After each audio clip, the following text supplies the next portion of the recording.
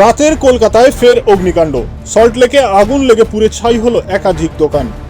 Tata consultancy সার্ভিসেসের সামনে অগ্নিকাণ্ডের ঘটনা ঘটে। ফুটপাতের উপর থাকা 6 থেকে 7টি দোকান পুড়ে ছাই হয়ে যায়। ঘটনাস্থলে দমকলের 3টি ইঞ্জিন এসে পৌঁছায়। প্রাথমিকভাবে দমকলের তরফে মনে করা হচ্ছে শর্ট সার্কিট থেকেই আগুন লেগেছে। রাত হয়ে যাওয়ার ফলে বন্ধ ছিল দোকান।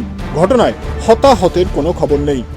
দমকলের তরফে জানানো হয়েছে প্রায় 6 থেকে 7টি দোকান ছিল, যার মধ্যে খাওয়ার দোকান, চায়ের দোকান মিলিয়ে মিশিয়ে ছিল। আগুন লাগার ঘটনা দেখতে পেয়ে দূরে সরে আসেন স্থানীয়রা। প্রসঙ্গত, গত 13ই নভেম্বর লর্ডস মোড়ে ভয়াবহ অগ্নিকাণ্ড ঘটে। পুড়ে ছাই হয়ে যায় প্রায় 8 থেকে 9টি দোকান এবং ঝুপড়ি।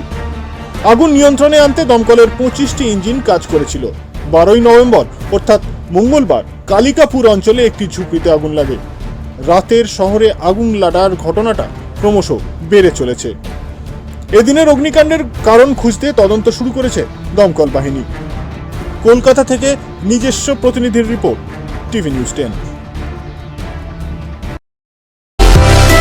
সুলভের সঠিক চিকিৎসার একমাত্র প্রতিষ্ঠান বিবেকানন্দ হসপিটাল। 24 ঘন্টা emergency service, blood bank, trauma care. আপনাদের সেবায় আমরা তৎপর। গুণমান ও পরিষেবায় দুর্গাপুর বিধাননগরের ডক্টর জাকির হোসেন এভিনিউর বিবেকানন্দ হসপিটাল শিল্পাঞ্চলের মানুষের মন জয় করেছে।